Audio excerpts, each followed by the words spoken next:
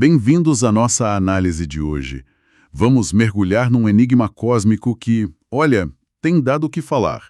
O objeto interestelar Tri-Atlas. É verdade, um assunto fascinante que mistura astronomia com perguntas bem grandes, né? Exato.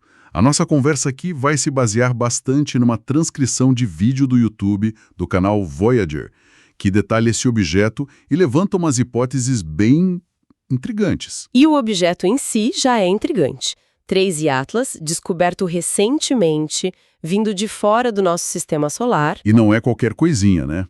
O tamanho é colossal, velocidade absurda e a trajetória bem peculiar, digamos. O que nos leva àquela pergunta central que o vídeo levanta. É um fenômeno natural super raro ou será que é tecnologia alienígena? Pois é. Nosso objetivo aqui é explorar os dados, as ideias, incluindo a do Avi Loeb, de Harvard, que não tem medo de polêmica, e os contra-argumentos. Entender por que o Tri-Atlas é tão especial. Vamos lá. Começando pelo básico: tamanho e velocidade. Quando descobriram foi um choque. Estimativas de 9 a 15 quilômetros de diâmetro. Para ter ideia, isso é tipo a ilha de Manhattan. É muito grande para algo errante, né? E a velocidade? Mais de 209 mil quilômetros por hora. A comparação no vídeo é ótima.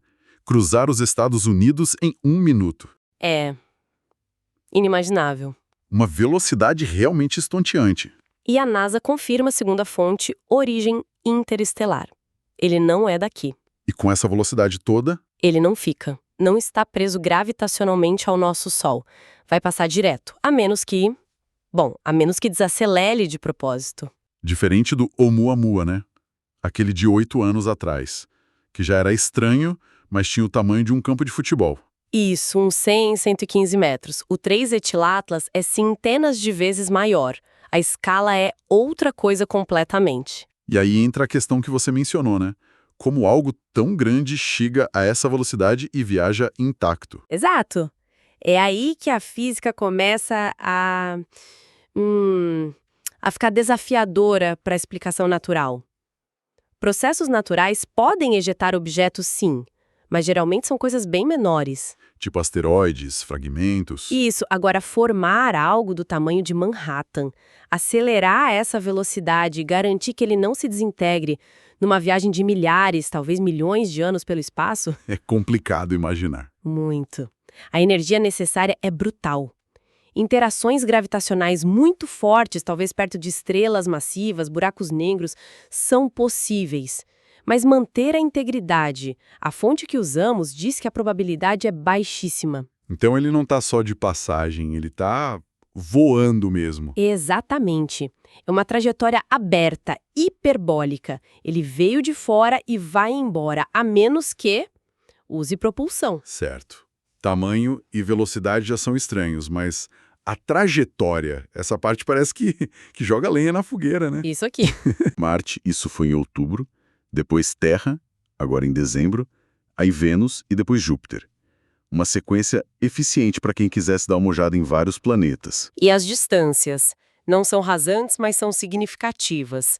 Marte, uns 276 milhões de quilômetros. Terra, 269 milhões.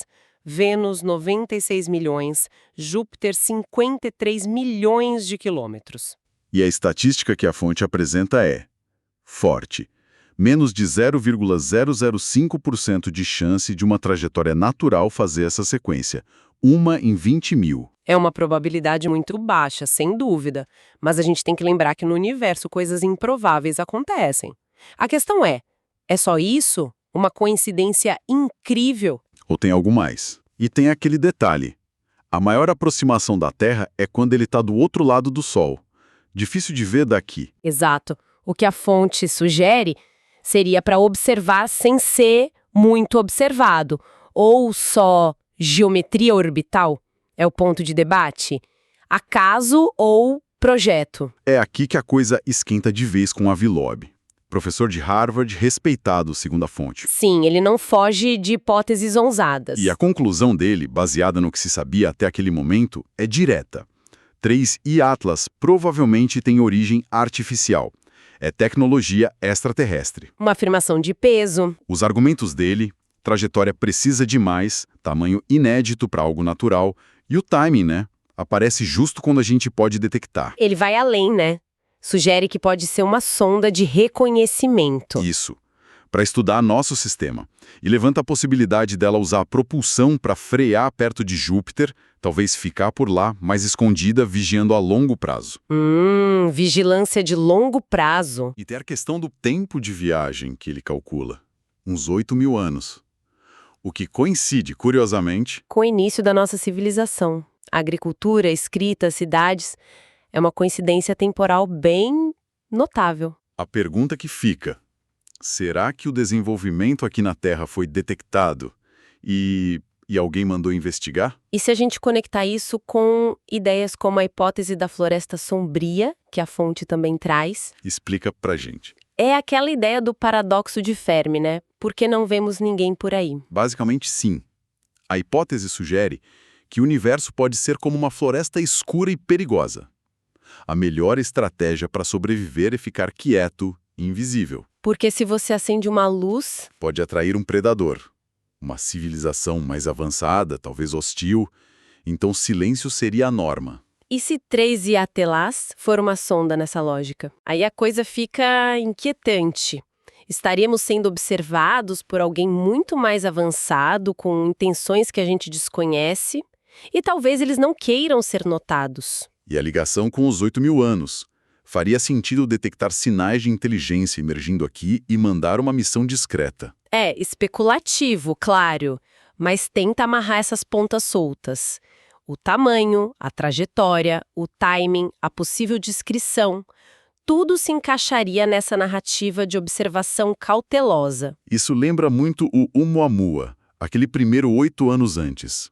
O mensageiro de longe. Sim, ele também tinha suas peculiaridades. Total. Sem cauda de cometa, perto do Sol mesmo esquentando, aquela aceleração estranha depois de passar pelo Sol que ninguém explicou direito, e a forma bizarra de charuto ou panqueca. Quando a gente olha os dois juntos, Oumuamua e 13 Atlas, começa a aparecer um padrão, ou pelo menos levanta a questão de um padrão, né? 2 objetos interstelares, chegando em pouco tempo, ambos estranhos. E ambos detectados bem no limite da nossa tecnologia. A gente consegue ver, mas não estudar a fundo, não alcançar. O que leva àquela hipótese de missão coordenada que a fonte explora. Exato. Será que o Oumuamua, menorzinho, foi um batedor? Veio ver se tinha algo interessante aqui? E os 8 anos entre eles seria o tempo para mandar os dados, analisar e despachar o grandão, o 3 Atlas, para investigar melhor. É uma ideia ousada, claro, conecta os pontos, mas ainda é especulação baseada nas anomalias. Uma história incrível, mas temos que ser justos, né? A maioria dos cientistas não compra essa ideia de cara. Com certeza, o ceticismo é a norma na ciência e com razão. Alegações extraordinárias exigem evidências extraordinárias. E surgiram evidências que apontam para o lado natural, né? Sim, imagens mais recentes mostraram um rilho tênue em volta do 3 Atlas, um halo, Que seria o quê? uma cauda de cometa começando a se formar.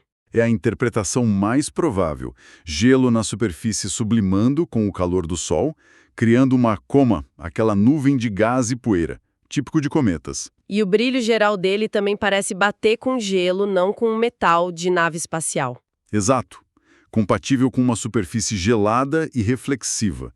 Isso fortalece a hipótese de ser um cometa interestelar gigante, embora ainda muito incomum pelo tamanho. A questão é se esse brilho é 100% conclusivo ou se ainda tem margem para debate. Bom, no momento, é um indício mais forte de atividade cometária.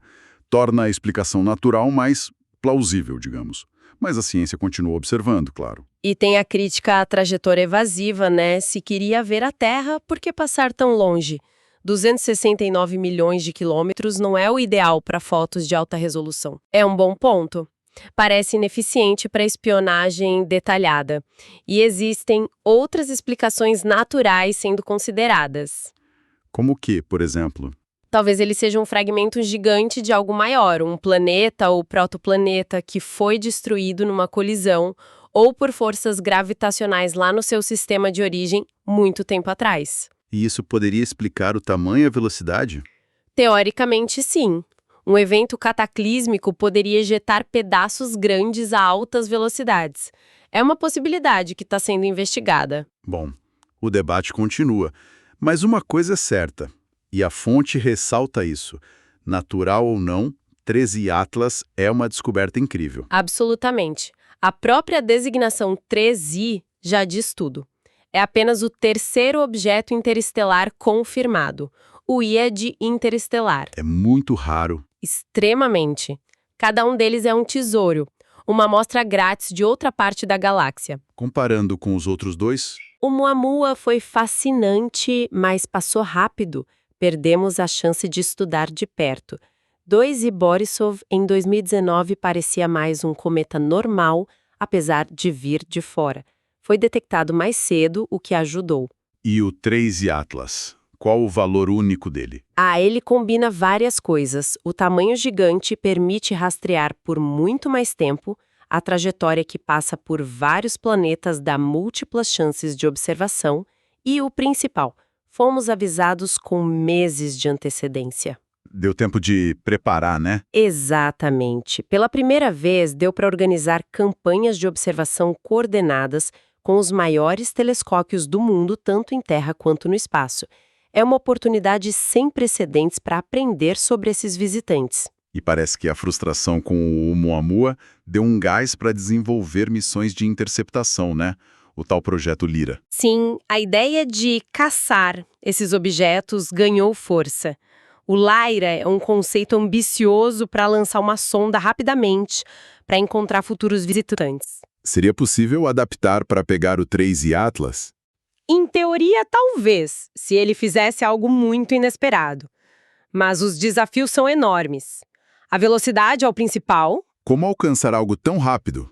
O Lyra pensa em usar assistências gravitacionais múltiplas, tipo um pinball cósmico, usando Vênus, Terra, Júpiter para ganhar velocidade. Coisa de 119.000 a 262.000 quilômetros por hora. Uma coreografia orbital muito complexa. Uau! E tem a missão da ESA também, né? O Comet Interceptor. Isso, lançamento previsto para 2029. A estratégia é diferente. Esperar. A sonda vai ficar estacionada no ponto L2, a 1,5 milhão de quilômetros da Terra. Esperando o próximo? Exato. Quando um cometa de longo período ou outro objeto interestelar interessante for detectado chegando, ela vai lá interceptar. É uma forma de não ser pego de surpresa de novo. Mostra que a gente está determinado a não perder a próxima chance. Definitivamente. Tudo isso nos leva a pensar, né? Além da ciência pura, o que a existência de algo como o 13 Atlas significa, Mesmo que seja natural. mesmo que seja só um cometa gigante de outra estrela. Isso já expande nossa visão do que existe lá fora, das possibilidades do universo, mostra como outros sistemas solares podem ser diferentes, os processos que ocorrem por lá. E se a hipótese artificial, mesmo que remota, tiver algum fundo de verdade? Ou mesmo a ideia da floresta sombria? Aí nos força a confrontar nossas próprias ideias sobre vida inteligente, sobre o nosso lugar no cosmos. Será que estamos sozinhos? Se não estamos, como seria esse contato? A floresta sombria, mesmo especulativa, nos faz pensar sobre os riscos e as estratégias de sobrevivência numa escala cósmica. É profundo. Muita coisa para pensar, sem dúvida. E para continuar observando. 13 Atlas continua sua viagem e nós continuamos de olho nele. Bom, com isso a gente encerra nossa exploração desse mensageiro cósmico tão intrigante. Foi uma ótima conversa. E se você aí curtiu essa viagem cósmica com a gente, não esquece. Curta o podcast, compartilhe com os amigos que também gostam desses mistérios do universo e, muito importante, se inscreva no canal Zeimans. Assim você não perde nossos próximos conteúdos e a gente continua desvendando tudo isso junto. Valeu e até a próxima!